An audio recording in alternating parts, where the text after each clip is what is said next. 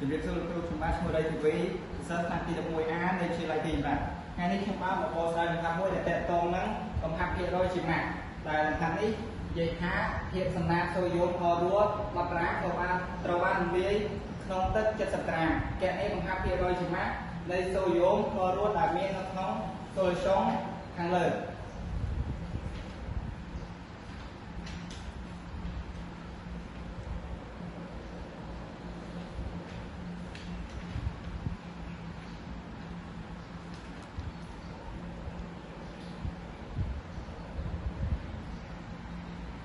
រូបមន្តកំហាប់ភាគរយជាម៉ាក់គឺ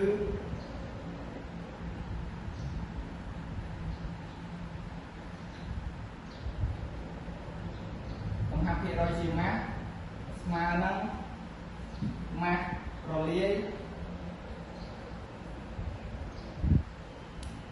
លើម៉ាក់សូលស្យុងគុណនឹង100ដោយធានខាងលើប្រាក់ម៉ាក់រលាយ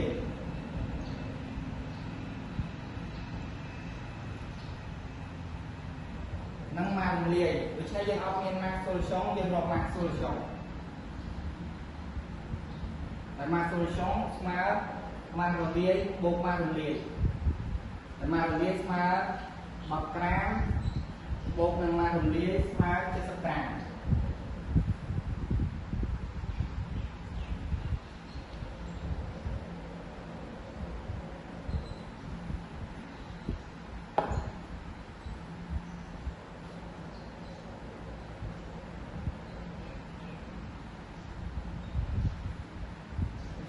ម៉ាក់សូលស្យុងស្មើនឹង80ក្រាម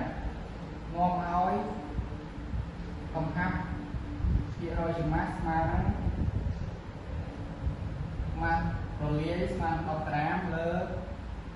ម៉ាក់សូលស្យុងស្មើនឹង80ក្រាមគុណនឹង100%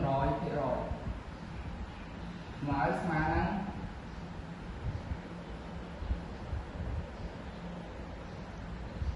12.5%ឆ្ងាយលំហាត់នេះមានតែប៉ុណ្ណឹងជំរាបលាលោកគ្រូនឹងមើលលំហាត់នេះ